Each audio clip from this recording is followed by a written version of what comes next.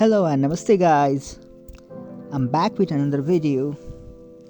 So आज चाहिँ म मेरो छोरीको हाइपर ल्याप्स राइड लिएर आएको छु.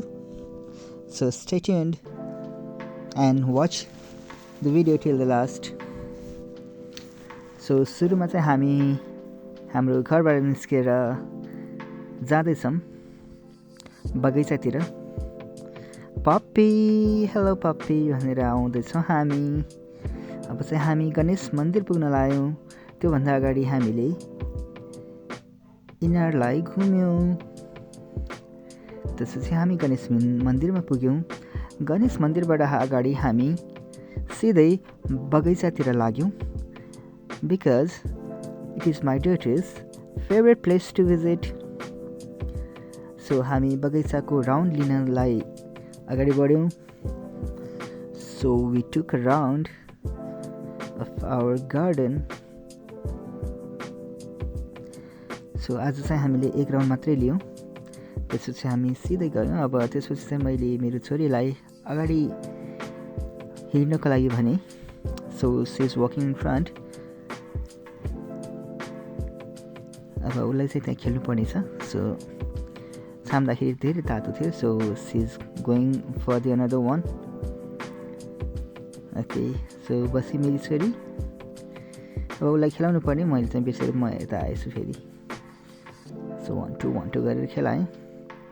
उसलाई पुगेको चाहिँ होइन, तर पनि मलाई चाहिँ अलिकति गाह्रो भएको भएर मैले चाहिँ रोकिदिएँ.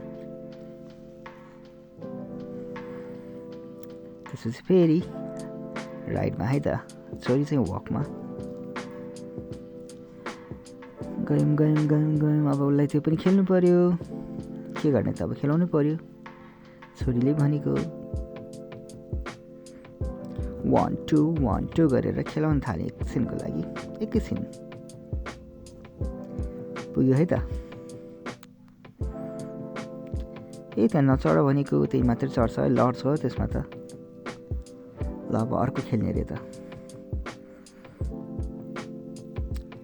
यसमा चाहिँ झन्नै हात च्यापिएको उसको, रोक्न लागेको भएर. त्यसपछि गयौँ हामी. अब हाम्रो नेक्स्ट डेस्टिनेसन रहेको छ भृङ्गारेश्वर महादेव मन्दिर. उसलाई त यहाँ पनि एकदमै मन लाग्छ है, यता घुम्नलाई पनि. Because she so religious. उसलाई भगवान् भनेपछि एकदमै आस्था छ भगवान्माथि. So as you can see, she does it every time when she visits this place. So अगाडि गयौँ. अब हामी महादेव मन्दिर पुग्नै लाग्यौँ. अब नन्दीलाई नमस्ते गर्दैछ.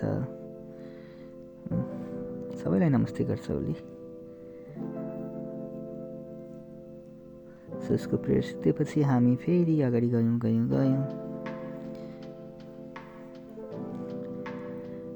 कति छिटो हिँडेको.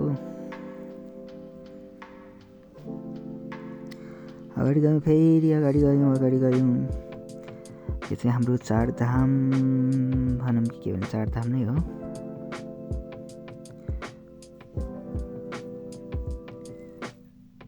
रामेश्वर, बद्रीनाथ, जगन्नाथ र केदारनाथ हो हाम्रो चारधाम चाहिँ. यहाँ उसलाई भजन गर्न मन लाग्थ्यो तर कोही पनि थिएन त्यहाँ. त्यही भएर मैले अलाउ गरिनँ. अनि रिसाएर त थचक्क बसी त. अनि त्यहाँ किराहरू धेरै थियो कि, त्यसपछि मैले नाउँ भन्ने बित्तिकै त उठेर भागिहाल्यो. अनि अब उसलाई मार्छु भनेर 1-2-3-4 है लात्ती हान्न थाल्यो. ल पुग्यो. अब फेरि अगाडि गयौँ हामी. अब निस्किनु पर्यो त, के गर्ने त. ल लेट्स मुभ भनेर हामी गयौँ. अगाडि पप्पी थियो. फेरि पप्पीलाई पप्पी भनेर बोलाउनु गयो चाहिँ. पुग्यो ल जाउँ भनेर, अब घरतिर जाउँ भनेर अब निस्क्यौँ हामी. सो यहाँबाट निस्क्यौँ. यसो हेर्छु त हराइराख्यो. ए उता रहेछ. फेरि उताबाट गयौँ. अब हामी यहाँ चाहिँ यस्तो हावा चलेको थियो नि. एकछिन त ऊ रोकियो कि डराएर. हावा चल्यो भने रोकिएको है खासमा. अब ल, अनि मैले उसलाई तल झार्दिएँ. अनि ऊ फेरि अगाडि जान थाली. Let's move.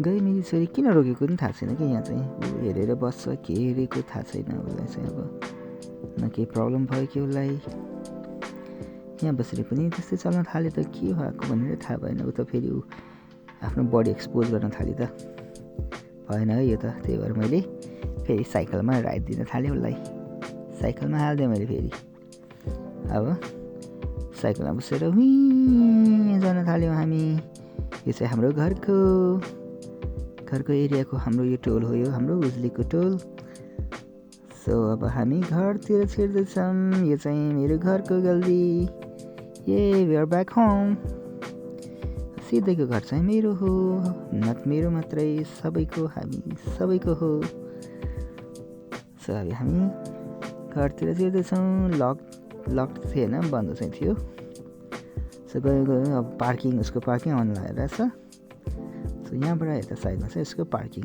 Okay thank you so much for watching